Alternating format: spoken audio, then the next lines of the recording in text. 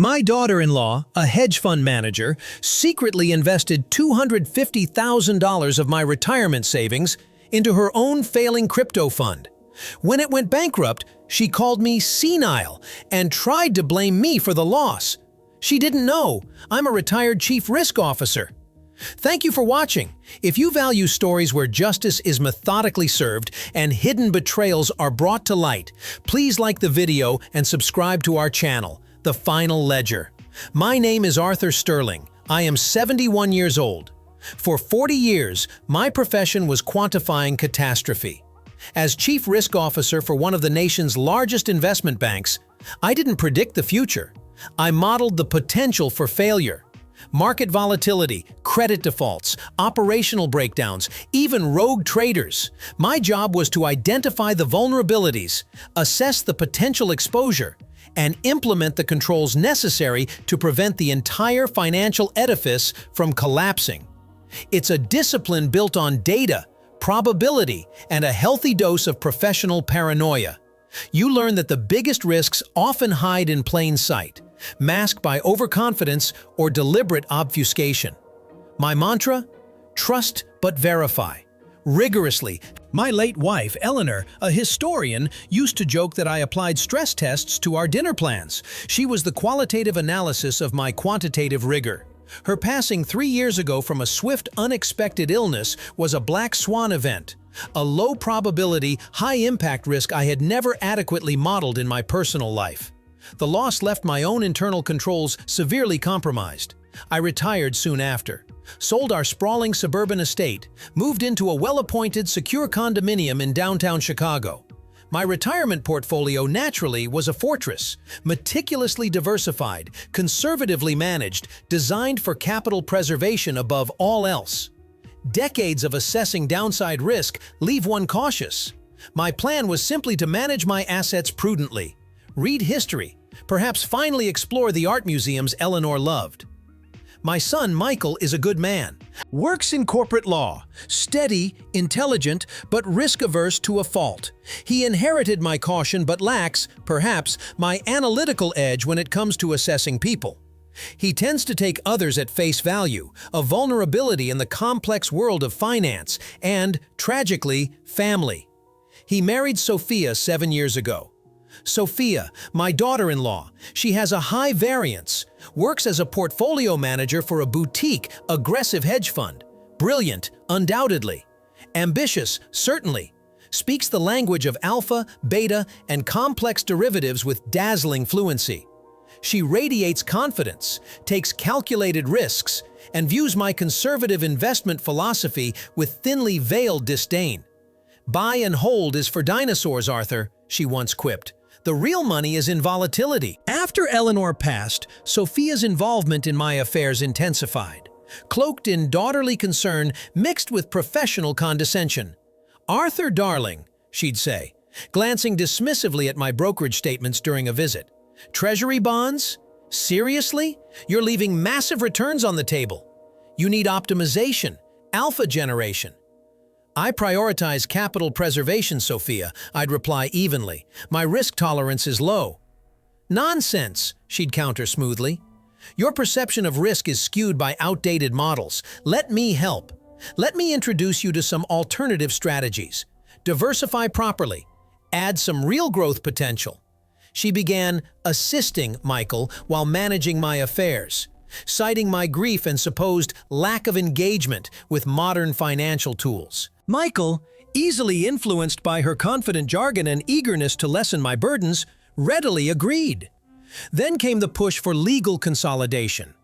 "Arthur," Sophia said one evening, presenting a thick folder prepared by her firm's lawyers. "With Mom gone, your estate structure is suboptimal, vulnerable to probate, taxes, and frankly, managing multiple accounts is inefficient, especially if something was to happen to you." She laid out the durable power of attorney for finances, appointment of investment advisor, naming her chosen firm, ostensibly with her overseeing the strategy, formation of a revocable living trust, naming herself and Michael as co-trustees, but with clauses granting the financially experienced trustee, her, tie-breaking authority on investment decisions. It was a standard package, superficially similar to plans I myself had reviewed countless times. But the subtle concentration of discretionary investment authority in Sophia's hands set off a low-level risk alert in my mind. "This grants you significant control, Sophia," I noted, attempting to scrutinize the dense text through the fog of grief. "Only if needed, Arthur," she assured me brightly. "Contingency planning, and it streamlines everything, allows me to manage the assets efficiently, implementing those alpha-generating strategies we discussed, while you simply relax. It protects you from market stagnation." Protect me from stagnation.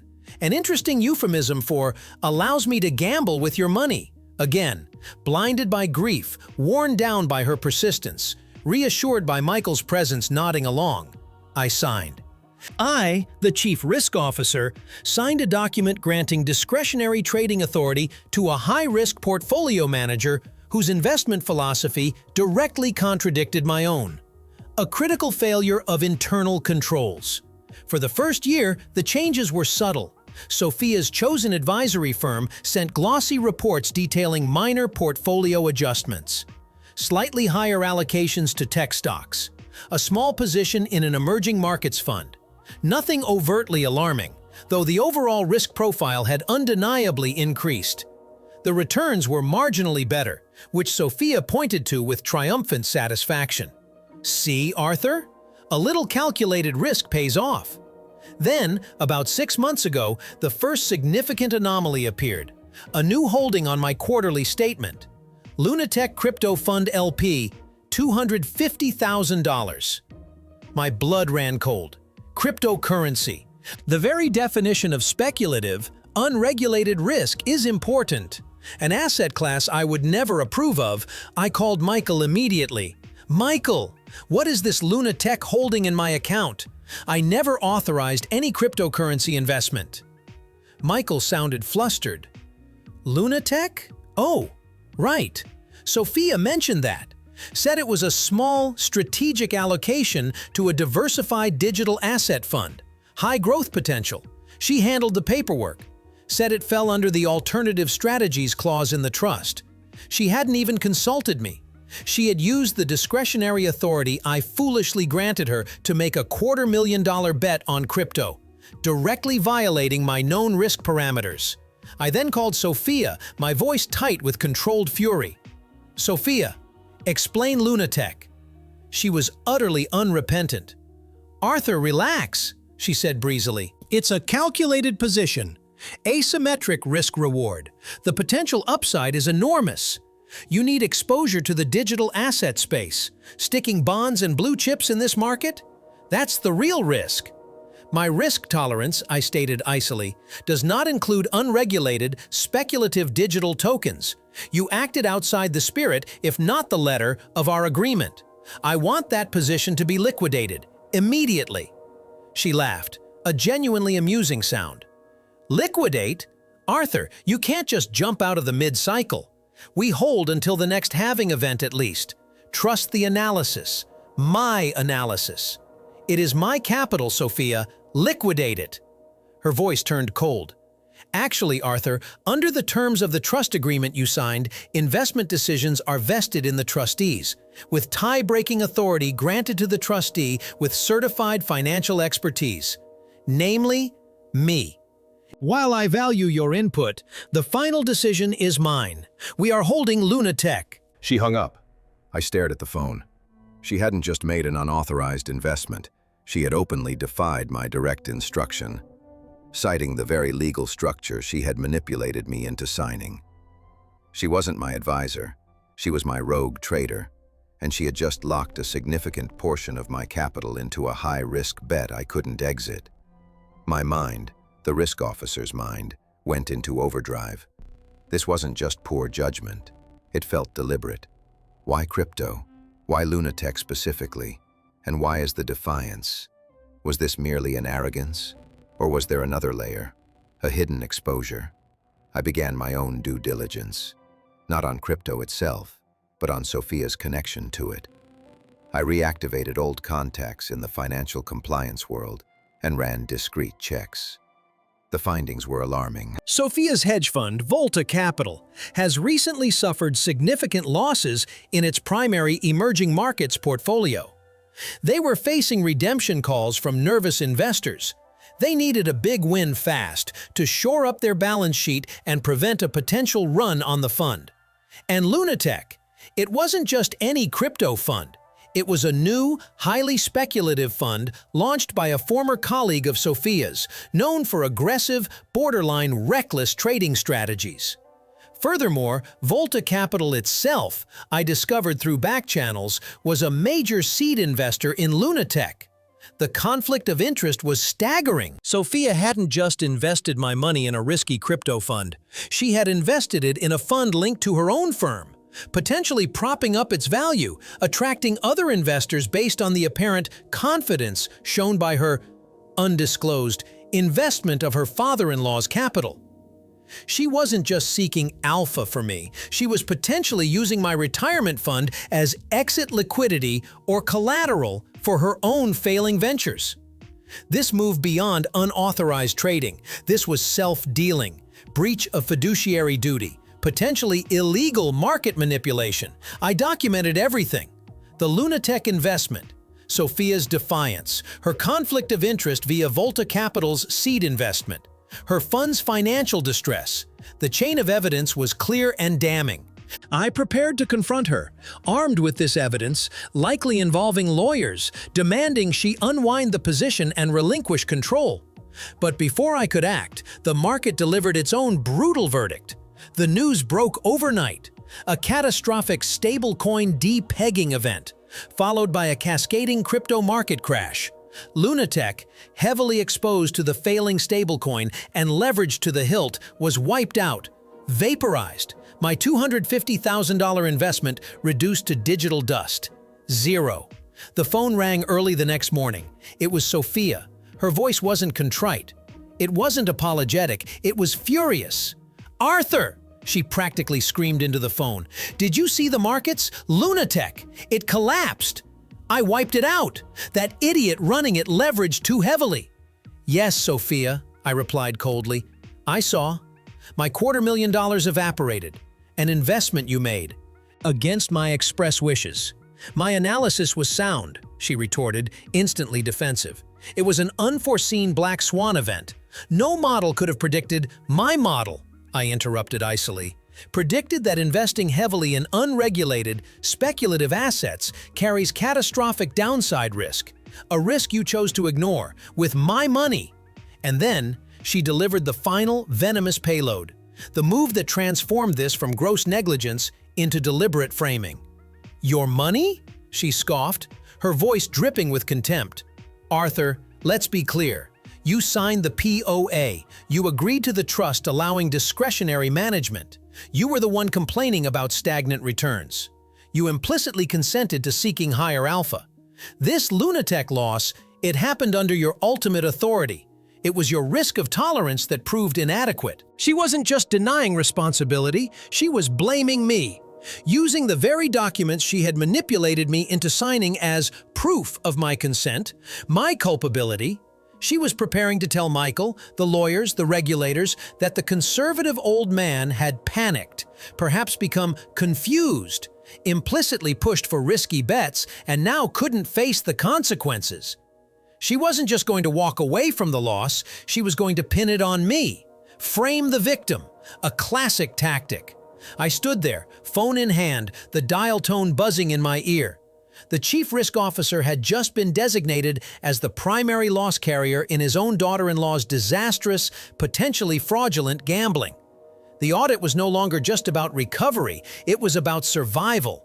It was time to execute a margin call, not on an account, but on her. Sophia's accusation that I was responsible for the LunaTech loss was not merely a desperate deflection.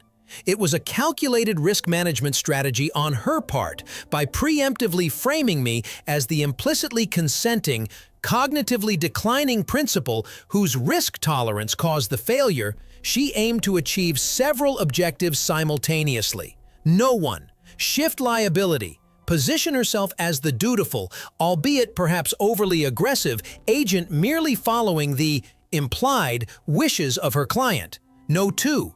Discredit the victim. Reinforce the narrative of my incompetence, making any future accusations from me appear unreliable. No. 3. Protect her fund. Insulate Volta Capital from fallout by attributing the loss to a specific, rogue client situation rather than her own flawed judgment or conflict of interest. It was a structurally sound defense from her perspective, leveraging the very legal documents she had coerced me into signing and exploiting the inherent ambiguity surrounding grief and age.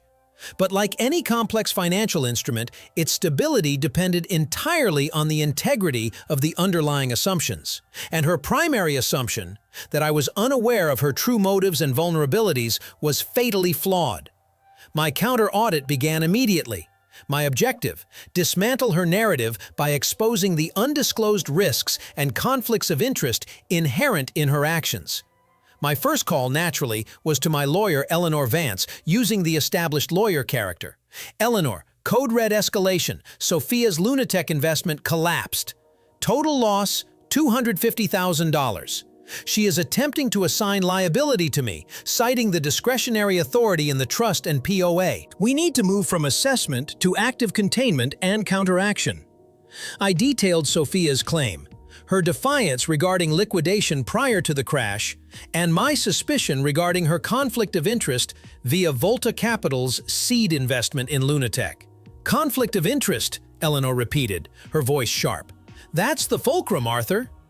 If she invested your funds into an entity where her own firm had a significant, undisclosed financial stake, especially a high-risk venture like LunaTech, that's not just breach of fiduciary duty, it's potential securities fraud.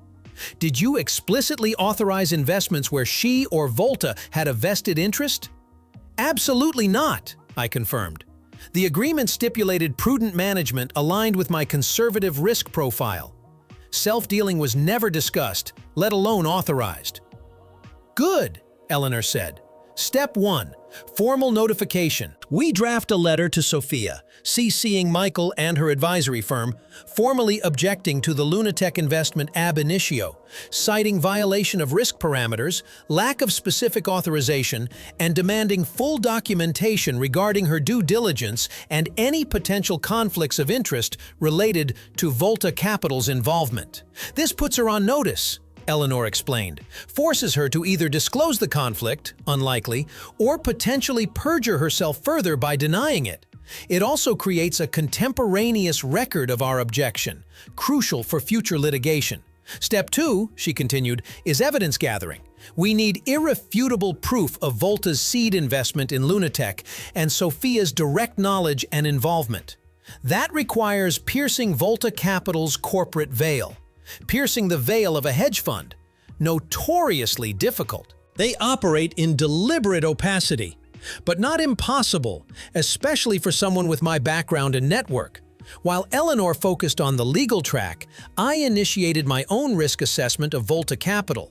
I still maintain high-level security clearances and access to certain proprietary financial databases from my banking career, tools designed for assessing counterparty risk. I ran a deep dive on Volta Capital's filings, its known holdings, its recent performance metrics. The picture that emerged corroborated my initial findings, but with greater granularity. Performance decline. Volta Capital was significantly underperforming its benchmark index, facing mounting redemption pressures. The emerging markets bet had indeed soured badly. LunaTech seed investment. Confirmed, Volta was a lead Series A investor in LunaTech, holding a substantial equity position and likely receiving management fees. Sophia, as a managing partner at Volta, had a direct, significant financial incentive for LunaTech to succeed, or at least appear successful long enough to attract further funding rounds. Client portfolio overlap, cross-referencing publicly available, though often anonymized, hedge fund filings. I found suspicious overlaps. Several other Volta Capital client portfolios also showed recent, significant investments in LunaTech, often disproportionate to stated risk profiles. This wasn't just my money she had funneled into LunaTech. She had likely used her discretionary authority over multiple client accounts, channeling potentially hundreds of thousands, if not millions, into her firm's favored high-risk venture. She wasn't just trying to save her fund with my money. She was potentially using multiple clients' assets in a desperate, conflicted gamble. This elevated the situation from personal betrayal to potential systemic fraud within her own firm. This discovery provided a powerful new weapon. Exposing Sophia's self-dealing with my account was one thing. Exposing a pattern of potentially fraudulent allocation across multiple client accounts that was catastrophic for her, for Volta Capital, and potentially triggered SEC intervention. I immediately relayed this intelligence to Eleanor Vance. "Eleanor," I said, "the malignancy is systemic. Check Sophia's regulatory filings, Form ADV, disclosures to investors. Did Volta ever disclose its seed investment in LunaTech as a potential conflict when allocating client funds into LunaTech?" Eleanor's team dug into the SEC filings. The answer came back quickly: no disclosure. A clear violation of investment advisor regulations. "We have her, Arthur," Eleanor stated grimly. "Failure to disclose conflict of interest, breach of fiduciary duty across multiple clients, potential securities fraud. This isn't just a dispute with you anymore, it's a regulatory time bomb." Now, how to deploy this? Going straight to the SEC was an option, but could be slow, bureaucratic. We needed immediate leverage to force Sophia's hand, compel restitution regarding my $250,000 loss, and, crucially, revoke her control under the trust and POA before she could inflict further damage or attempt to cover her tracks. We decided on a two-pronged approach. One is direct confrontation. Legal, Eleanor would present Sophia and her lawyers with our formal demand letter, citing the unauthorized LunaTech investment, the breach of fiduciary duty, the specific evidence of undisclosed conflict of interest via Volta Capital's seed investment, and the pattern of similar allocations in other client accounts. The demand: immediate restitution of my $250,000 loss, plus interest, and her voluntary resignation as trustee and POA agent, in exchange for our agreement not to immediately pursue regulatory complaints or broader civil litigation regarding this specific matter. Leave the door open for future action if necessary. Another is indirect pressure, informational. Simultaneously, I would use my network to discreetly leak generalized concerns about Volta Capital's risk management practices and potential conflicts of interest regarding its cryptocurrency allocations. Not naming LunaTech specifically, not mentioning my case, just seeding doubts. Planting red flags within the investment community. The analysts, the institutional investors, the platforms that rank hedge fund performance. Let the market begin by asking questions. Let Sophia feel the pressure from her investors, her partners, her regulators. The goal was to create a pincer movement. Direct legal pressure threatening personal liability combined with indirect market pressure threatening her entire firm. Force her into a position where cutting her losses regarding my account and relinquishing control became the least damaging option. Eleanor drafted the demand letter, a masterpiece of precise legal threat. I initiated the subtle information campaign, feeding verifiable but non-specific concerns into the right channels. We gave Sophia 48 hours to respond to Eleanor's letter. The response, when it came via her lawyer, was not capitulation. It was defiant, mixed with a clumsy attempt at intimidation. "Ms. Vance," the lawyer's letter read, "my client, Ms. Sophia Sterling, self-correction. Daughter-in-law's name is Sophia, married to Michael. Narrator is Arthur Sterling. Ms. Sophia Sterling categorically rejects your baseless allegations. The LunaTech investment was made under full discretionary authority granted by Dr. Sterling, consistent with an agreed-upon strategy of portfolio optimization. Volta Capital's seed investment was immaterial and fully compliant with industry standards. Dr. Sterling's current objections appear to be a regrettable manifestation of his previously documented cognitive decline and grief, perhaps influenced by external parties, a clear jab at me, implying manipulation. Furthermore, any attempt to pursue regulatory complaints or disseminate false information regarding Volta Capital will be met with aggressive legal action, including claims for defamation and tortious interference. We trust Dr. Sterling will reconsider his ill-advised course of action. She was calling our bluff. Doubling down on the senile father narrative. Threatening countersuits. She likely believed her position within Volta and the opacity of the hedge fund world would shield her. She underestimated my resolve and the verifiability of our evidence regarding the conflict of interest. "So," Eleanor said dryly, reading the letter in my condo, "she chooses trial by combat." "Apparently," I replied calmly, "she fails to understand risk assessment. She perceives the risk of exposure as lower than the cost of restitution and relinquishing control." "Her calculations are flawed," Eleanor stated. "The SEC filing omissions are concrete. The pattern across client accounts is demonstrable. She will lose. It's just a matter of how much collateral damage she inflicts in the process." "Then we adjust our strategy," I said. "She refuses to settle quietly. Fine. We proceed to Phase 2, public disclosure and regulatory enforcement. Prepare the formal complaints, Eleanor. SEC state securities regulators. Include everything. The conflict of interest, the pattern across accounts, the lack of disclosure. We remove the silencer." My quiet, contained counter-audit was about to become very loud. Sophia wanted to play the volatility? Fine. Let her see what a real market crash looked like. Sophia's defiant refusal to settle wasn't just arrogance. It was a critical miscalculation of risk exposure. She underestimated the strength of our evidence, and more importantly, my willingness to escalate beyond private negotiation.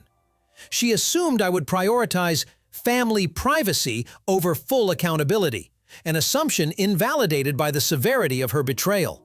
Eleanor Vance, acting on my instruction, executed Phase 2, regulatory enforcement and public disclosure with swift precision. Formal complaints, meticulously documented with evidence of the undisclosed conflict of interest, the pattern of risky allocations across multiple client accounts, anonymized where necessary, and the potential securities fraud were filed electronically with the Securities and Exchange Commission, targeting both Sophia personally as an investment advisor representative and Volta Capital as the registered investment advisor firm for breaches of fiduciary duty, failure to disclose conflicts, and potential market manipulation related to LunaTech. State securities regulators, filing similar complaints in Illinois, where Volta operated, and potentially other states where affected clients resided. Financial Industry Regulatory Authority, notifying the self-regulatory body overseeing brokerage firms and advisors, triggering their own internal investigation into Sophia's conduct. These filings weren't mere accusations. They were formal triggers, initiating official investigations that carried the weight of regulatory authority, subpoena power, and the potential for severe sanctions. License revocation, crippling fines, industry bars, even criminal referrals. Simultaneously, we initiated the controlled information leak. This requires surgical precision. Our goal wasn't a sensational headline yet, but to create significant internal pressure within Volta Capital, forcing Sophia's partners to recognize the liability she represented. Eleanor drafted an anonymized, high-level summary of the core findings, focusing on the undisclosed conflict related to LunaTech and the pattern of high-risk allocations, carefully stripped of my name and specific client details. This summary was then leaked through a trusted intermediary, a former financial journalist now working in corporate intelligence, to two specific targets: a major institutional investor known to have significant capital placed with Volta Capital, a senior compliance officer at the larger investment bank that acted as Volta's prime broker, providing clearing and leverage. The message was subtle. Confidential heads-up, potential undisclosed conflicts and risk management failures at Volta Capital concerning recent crypto allocations. Suggest enhanced due diligence. We weren't accusing. We were merely raising red flags within the closed, highly sensitive ecosystem of institutional finance. An institutional investor, alerted to potential fraud within their hedge fund manager, will demand answers. A prime broker, alerted to potential regulatory breaches by a client, will initiate its own risk review, potentially restricting leverage or even terminating the relationship. The effect was almost immediate. Within days, Volta Capital was hit by a pincer movement from its own infrastructure. Major investors began demanding emergency meetings, questioning the LunaTech allocation, demanding transparency. The prime broker initiated a margin review, tightening Volta's credit lines, restricting their ability to leverage bets. Sophia, already dealing with the fallout from LunaTech's collapse, now faced intense internal scrutiny triggered by our targeted leaks. Her partners, previously perhaps willing to believe her black swan narrative, were now faced with evidence of potential self-dealing and regulatory violations that threatened the entire firm. Her position within Volta became instantly precarious. She was no longer just a partner who made a bad bet. She was a potential contagion risk, threatening to bring down the whole enterprise. During this period, I maintained my carefully constructed facade. I continued my quiet retirement routine. I communicated with Sophia only through Eleanor Vance, responding to her lawyer's increasingly desperate and legally baseless threats with calm, factual counterarguments. Michael, my son, was caught in the crossfire, deeply distressed by the escalating conflict. Sophia, predictably, attempted to manipulate him, feeding him a narrative of victimhood, how I was ruthlessly attacking her, using my influence to destroy her career out of spite, how she was the one trying to protect the family assets from my alleged incompetence. Michael, torn between loyalty to his wife and the disturbing evidence Eleanor had begun to cautiously share with him, focusing initially on the conflict of interest, the breach of trust regarding my account, was in turmoil. "Dad," he said during one strained phone call, "Sophia swears this is all a misunderstanding, a vendetta. She says you're working with her competitors, that you're senile and being manipulated. Is any of this true?" "Michael," I replied calmly, "the evidence, financial records, regulatory filings, conflict of interest disclosures, speaks for itself. This isn't about vendettas, it's about fiduciary duty and verifiable facts. I suggest you ask Sophia to provide her verifiable evidence countering the specific findings. Ask to see the due diligence reports on LunaTech. Ask for the disclosures she made to clients about Volta's seed investment. Ask for the truth. Document it." I wasn't telling him what to believe. I was guiding him to apply for due diligence, the very principle Sophia had so egregiously violated. Let him request the data. Let him see her inevitable inability to produce it.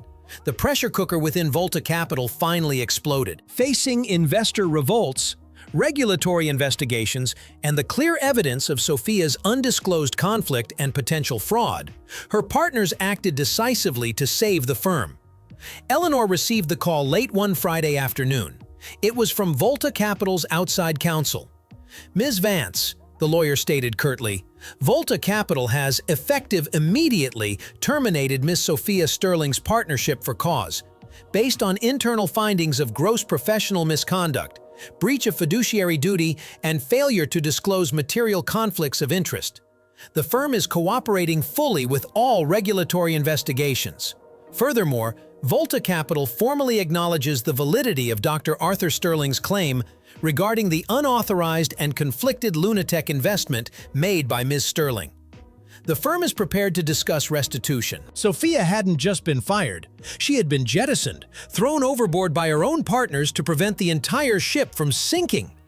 Volta, acknowledging the validity of my claim, was attempting to firewall itself, positioning Sophia as the sole rogue actor. Restitution, Eleanor clarified, meaning full restoration of Dr. Sterling's $250,000 loss? "That is the basis for discussion," the lawyer conceded. It was a major victory. Sophia was out. Volta was admitting fault regarding my account. The path to recovering my direct financial loss was clear. But the audit wasn't complete. Sophia, though fired, was still a loose variable. She still possessed intimate knowledge of Volta's operations, potentially damaging information she could use as leverage or release out of spite. And the broader issue, the potential fraud committed against other Volta clients via the LunaTech allocation, remained unresolved. My objective wasn't just personal restitution, it was systemic correction. Ensuring all victims were made aware, ensuring Sophia faced the full consequences, ensuring Volta Capital itself implemented meaningful reforms. Eleanor, I instructed, after she relayed Volta's offer, accept their offer regarding my $250,000, settle my specific claim. But make it clear, our cooperation ends there. We retain the right to pursue all other legal and regulatory avenues regarding Ms. Sterling's broader conduct, and ensure the terms of my settlement are confidential. Volta gets my silence regarding my specific restitution, but not regarding the underlying fraud itself. Volta readily agreed. They wanted my specific claim to resolve quickly, quietly. They wired the $250,000 plus interest the next business day. My direct financial loss was recouped, but the information operation continued. With my personal claim settled, Eleanor Vance, acting now purely as an officer of the court and ethical practitioner, took the next step. She formally submitted the evidence of Sophia's pattern of conflicted LunaTech allocations across multiple, anonymized client accounts directly to the SEC Enforcement Division, citing the relevant state regulators.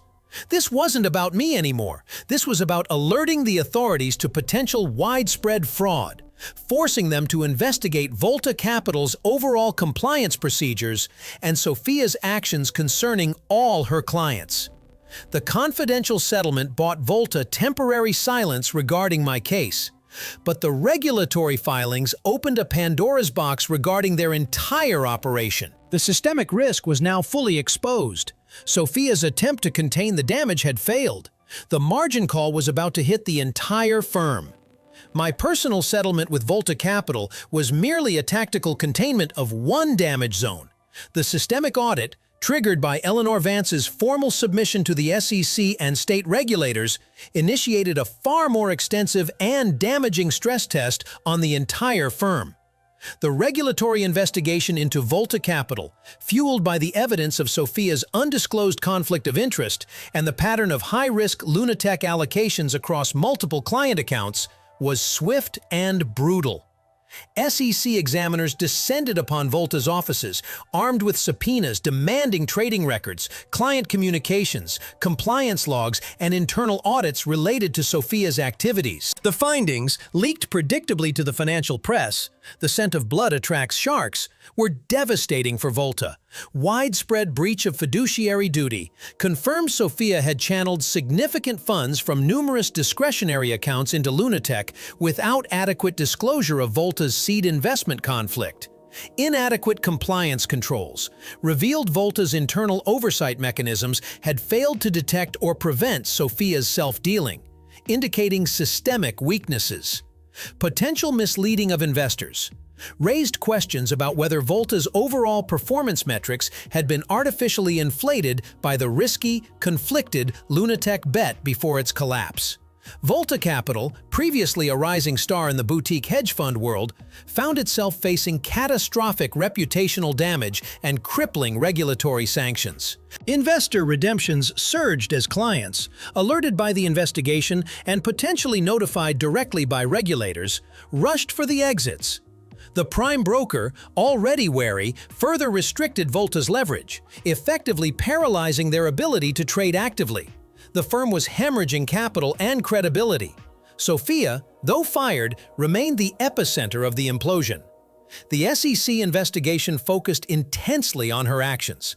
Subpoenas targeted her personal financial records, communications, and any external entities, like LunaTech's founders, her former colleague, linked to the scheme. While my confidential settlement protected me from further direct involvement in her regulatory battle, the evidence trails inevitably led back to the origin: her unauthorized, conflicted investment of my $250,000. Facing potential SEC charges carrying massive fines, disgorgement of profits, though there were none from LunaTech, and a permanent bar from the securities industry, Sophia's legal position deteriorated rapidly. Her defiant stance crumbled under the weight of regulatory pressure and mounting legal bills she could no longer afford. Her lawyer eventually negotiated a settlement with the SEC. While the specific terms remained confidential, the public outcome was clear. Sophia accepted a permanent bar from the financial industry, agreed to significant, though likely unpayable, financial penalties, and likely provided extensive cooperation regarding Volta Capital's internal practices to mitigate further personal liability. Her career, built on aggressive risk-taking, was definitively liquidated by regulatory action. She is finished, neutered, a footnote in SEC enforcement actions. During this period, my son Michael navigated his own painful risk assessment. The evidence Eleanor had shared, combined with Sophia's subsequent firing from Volta and the public unfolding of the regulatory scandal, left no room for doubt. His wife wasn't just an ambitious portfolio manager who made a bad bet. She was a serial manipulator who had breached fiduciary duties, potentially committed fraud, and used his family, his father, as collateral in her schemes. He proceeded with the divorce, quietly, efficiently. Unlike the messy public battles Sophia waged against Volta and initially me, Michael sought only clean severance. He didn't contest asset divisions. There was little left to divide on her end. He simply wanted the legal structure of their marriage dissolved, the liability firewall established. The divorce was finalized with minimal fanfare, ending a chapter built, he now realized, on a foundation of calculated deceit. Michael emerged from the ordeal change. Quiet, more reserved, but also it's more discerning. The experience, however brutal, had been a harsh lesson in due diligence, in looking beyond the polished facade. Our relationship, strained by Sophia's manipulation, found a new, more honest equilibrium. We didn't dwell on her betrayal, but the shared experience, the navigated crisis, forged a different kind of bond. He started asking my opinion again, not just about finances, but about people, about assessing character. The risk officer's perspective, once dismissed, now held a certain painful relevance. My own life, post-settlement, gradually returned to the quiet rhythm of retirement. The $250,000 was restored to my portfolio. A rounding error in the grand scheme, perhaps, but a symbolic correction of the unauthorized risk Sophia had imposed. My name was clear. My financial structure, reinforced by enhanced security protocols and Eleanor's vigilant oversight, felt secure again. I continued my historical reading and my museum visits, but the analytical habit, the risk officer's mindset, remained. I found myself applying it, almost unconsciously, to the narratives I encountered, scrutinizing historical accounts for bias, assessing the underlying assumptions in economic forecasts, even evaluating the risk factors in the plot of a novel. The work becomes the lens through which you view the world. Occasionally, news related to the Volta Capital implosion would surface. Lawsuits from disgruntled investors, regulatory fines levied against the firm, which eventually downsized significantly, rebranding under new management. Each item was a data point, confirming the inevitable consequences of the structural flaws Sophia had introduced and exploited. Did I feel satisfaction? No. Just the quiet, grim affirmation of a risk model accurately predicting failure. Sophia's trajectory was a classic case study in leverage, conflict of interest, and the catastrophic consequences of prioritizing short-term alpha over long-term integrity. Her downfall was mathematically inevitable once the hidden variables were exposed. My final report on the Sophia incident, compiled for my own records, concluded with a simple assessment. Risk identified, exposure is quantified, mitigation was executed, loss contained, the audit was closed. The formal closure of the regulatory investigations into Volta Capital and Sophia marked the end of the public phase of the audit. Fines were levied, licenses were barred, the obligatory press releases issued. The financial world, having digested the scandal, moved on to the next crisis, the next fallen star. For me, however, the internal audit, the assessment of personal damage, and the implementation of long-term corrective controls required further attention. My direct financial loss was restored, thanks to Volta's settlement, but the indirect costs remained. The legal fees incurred by Eleanor Vance's team were substantial. The emotional toll on Michael and the necessary recalibration of our own family dynamic was considerable, and the fundamental breach of trust that left a permanent risk marker in my personal ledger. Michael navigated the divorce from Sophia with quiet dignity. He sought no alimony, no punitive measures, just a clean legal severance. He sold the expensive condo they had shared, purging the physical space associated with her deceit, and moved into a smaller, more modest apartment closer to his own law office. It felt like a deliberate downsizing of exposure, a return to a more fundamentally sound financial footing. Our relationship found a new, albeit altered foundation. The shared experience of Sophia's betrayal, the necessary collaboration in exposing her fraud, had forged an unexpected bond. We spoke more openly, more honestly. He sought my counsel, not just on finances, but on assessing risk in his own professional life, vetting potential clients, and scrutinizing contracts. The son who once dismissed my caution now actively sought my risk assessment. A painful but perhaps necessary recalibration for both of us. One evening, reviewing some investment options together, conservative, low-yield municipal bonds, my preferred territory, Michael paused. "Dad," he said hesitantly, "that LunaTech money Sophia lost, your $250,000. Volta paid it back, I know, but it was still a loss. In principle, I feel responsible, indirectly." "Michael," I interrupted gently, "Sophia's actions were her own. Her breach of fiduciary duty was hers alone. You were collateral damage, as was I." "Still," he persisted, "I want to make it right. My bonus this year was significant. I want to—" "No, Michael," I stated firmly. "Absolutely not. Your finances are your own. Rebuilding your own stability after Sophia is your priority. My accounts are balanced. The loss was contained. The matter is closed." I wouldn't allow his misplaced guilt to create a new, unhealthy financial dependency between us. Clean ledgers, clear boundaries, essential risk management principles. He accepted my decision, though the guilt lingered in his eyes. It would take time. Risk mitigation often involves acknowledging residual exposure that cannot be fully eliminated. My own life settled into a stable, low-volatility pattern. I continued my quiet retirement, reading, museum visits, occasional consultations with Eleanor Vance on complex financial ethics cases, a pro bono application of my expertise. I established automatic alerts on all my accounts, reviewed statements with meticulous regularity. Trust, but verify, now applied even more rigorously to my own affairs. I also began a new project, stemming directly from the Sophia debacle. I started researching and writing about behavioral risk factors in financial management, not just market risks, but human risks.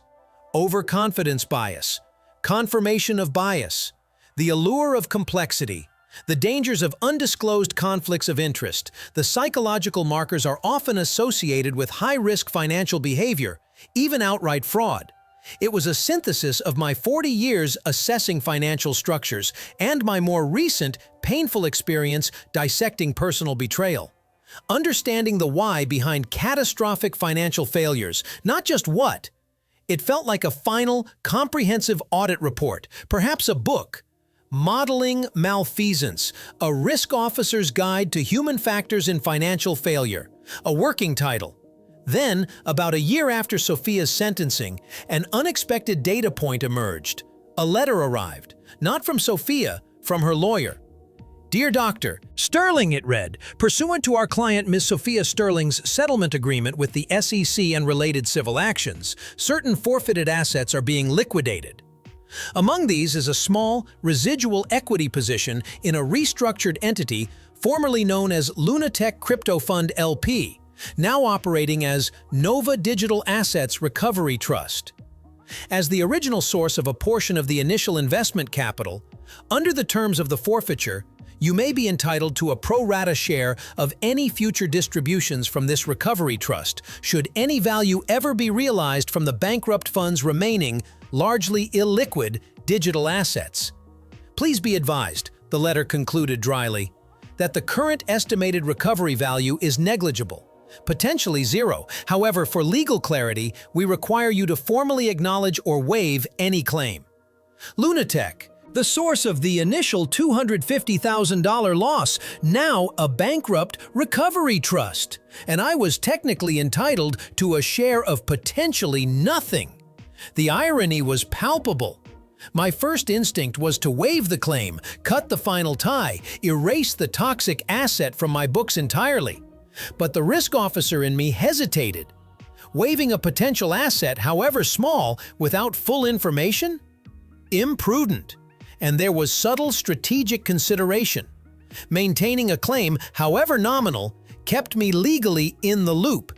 It entitled me to receive future reports, updates, and disclosures regarding the LunaTech liquidation. It kept a small, passive sensor active within the wreckage of Sophia's scheme. Useful perhaps for monitoring any unexpected future developments. Eleanor, I consulted my lawyer, this LunaTech recovery claim, nominal value likely zero. But should I waive it? Absolutely not, she advised immediately. Never waive a potential claim, however small, especially when dealing with fraud recovery. You acknowledge the claim. You assert your right. Let them do the work. If, by some miracle, they recover something, it's found money. If not, it costs you nothing. And, she added, echoing my thoughts, it keeps you on the official distribution list. Information has value, Arthur. So, I formally acknowledged the claim, acknowledged my fractional, likely worthless stake in the digital ashes of Sophia's crypto gamble. Another file opened. Low probability, low impact, archived but monitored. Life continued. My book research progressed. Michael began cautiously rebuilding his personal life. The Sophia chapter seemed definitively closed, faded into the background noise of market history, until 6 months later, when another letter arrived from the Nova Digital Assets Recovery Trust. The letterhead was unassuming. Nova Digital Assets Recovery Trust, a bureaucratic entity born from the ashes of LunaTech's spectacular collapse. I opened it with minimal expectation, anticipating perhaps a final statement confirming the fund's zero value, officially closing the books on that disastrous chapter. Instead, the letter contained a check and a brief, jargon-filled explanation.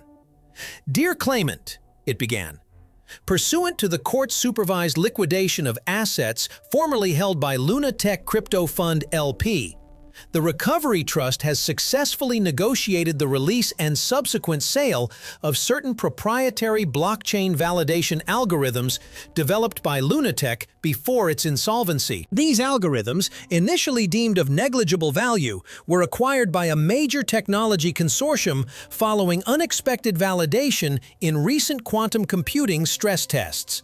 As a documented claimant with recognized partial equity based on forfeited initial investment capital," it continued, "enclosed, please find a check representing your pro rata share of the net proceeds from this unforeseen asset liquidation." I looked at the check. My eyes, trained to scrutinize numbers for decades, had to refocus. The amount wasn't negligible. It wasn't zero. It was for $1,874,312.18. My mind struggled to process the improbability. LunaTech, the fund Sophia had used, the fund built on hype and likely fraudulent representations, had, buried within its digital wreckage, possessed one genuinely valuable, unforeseen asset. A piece of potentially groundbreaking code. And through the convoluted process of bankruptcy, forfeiture, and my own decision not to waive the claim, a significant portion of the proceeds from its sale had landed on my desk. It wasn't just my initial $250,000 returned. It was a seven-fold return, generated from the very instrument of Sophia's betrayal. The irony was almost mathematically perfect. The Black Swan event hadn't been LunaTech's collapse. It had been its posthumous, partial redemption via an unpredictable technological advance. My first call was to Eleanor Vance. "Eleanor," I said, reading the details from the trust's letter, "you won't believe this." She listened, initially skeptical, then astonished. "Quantum computing stress tests? Proprietary algorithms? Arthur, this is extraordinary. A lottery wins from a bankrupt crypto fund. It's the kind of outlier event risk models that barely account for. Indeed, I agreed. The question is, what are the implications? Is this clean? Can Sophia somehow lay a claim? Absolutely not, Eleanor stated firmly. Her assets were forfeited prior to this liquidation event. Her settlement explicitly relinquished any future claims. The funds were distributed based on established creditor and claimant priorities determined by the bankruptcy court after her forfeiture. This money is legally, unequivocally yours, free and clear. Consider it serendipitous restitution. Serendipitous, an unexpected positive deviation. I deposited the check into my newly secured account. My net worth, significantly diminished by Sophia's actions and the subsequent legal costs, was suddenly substantially restored. Not through market timing or clever investment, but through the unpredictable fallout of my daughter-in-law's failed gamble. Did I feel vindicated? Triumphant? No. The primary emotion was detachment.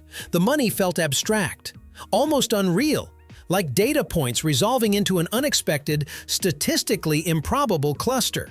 It didn't negate the betrayal. It didn't erase the violation of trust. It simply rebalanced the final column in the ledger. What should I do with this anomaly? This unforeseen alpha? Reinvesting it felt wrong, tainted by its origin. My mind went back to my nascent project, modeling malfeasance. The book explores behavioral risk factors, conflicts of interest, and the human element in financial failure. The research required resources, access to databases, potential travel, and perhaps even funding for independent studies. And then there was Michael. He had suffered financially during the ordeal. Legal fees for the divorce, the emotional toll impacting his work. He had refused my offer to compensate him, driven by pride and a sense of misplaced guilt. The path forward became clear. Risk mitigation via reinvestment in ethical structures. I allocated a significant portion of the unexpected windfall to two specific purposes: establishing an endowed research fund at the University of Chicago Booth School of Business, focused specifically on financial ethics, risk management, and the study of behavioral factors in fraud. The fund would support independent research, host conferences, develop educational materials, contributing, in a small way, to strengthening the systemic controls against the kind of behavior Sophia exemplified. A permanent investment in structural integrity, creating a separate, irrevocable trust for Michael, not as a direct gift, his pride wouldn't allow it, but as a legacy fund, accessible later in life, perhaps for his own children's education, ensuring his future wasn't permanently compromised by the collateral damage of Sophia's actions. It was risk diversification across generations. The remaining funds? Added to my own conservative portfolio, a buffer, a contingency fund, an acknowledgement that black swan events can sometimes swim in your favor. Sophia? She finished her sentence, released on parole. Where she is now, what she does, I do not know. Her name occasionally surfaces in online searches, usually linked to articles about the Volta Capital scandal or the LunaTech collapse. A permanent digital footnote of failure. She is off the books, irrelevant to my current risk assessment.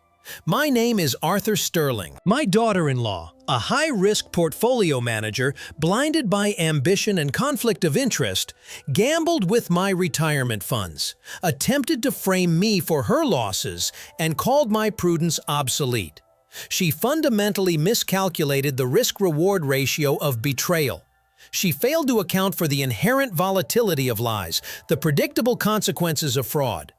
My own strategy, meticulous analysis, containment, leveraging counterparty weaknesses, and ensuring regulatory intervention, was not about maximizing returns. It was about minimizing loss, restoring integrity, and executing a margin call on unethical behavior.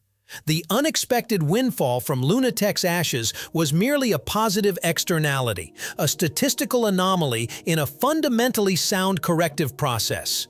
The final audit report, the losses are recovered, implemented controls and restored the systemic integrity. The risk has been successfully mitigated. Thank you for watching complete video.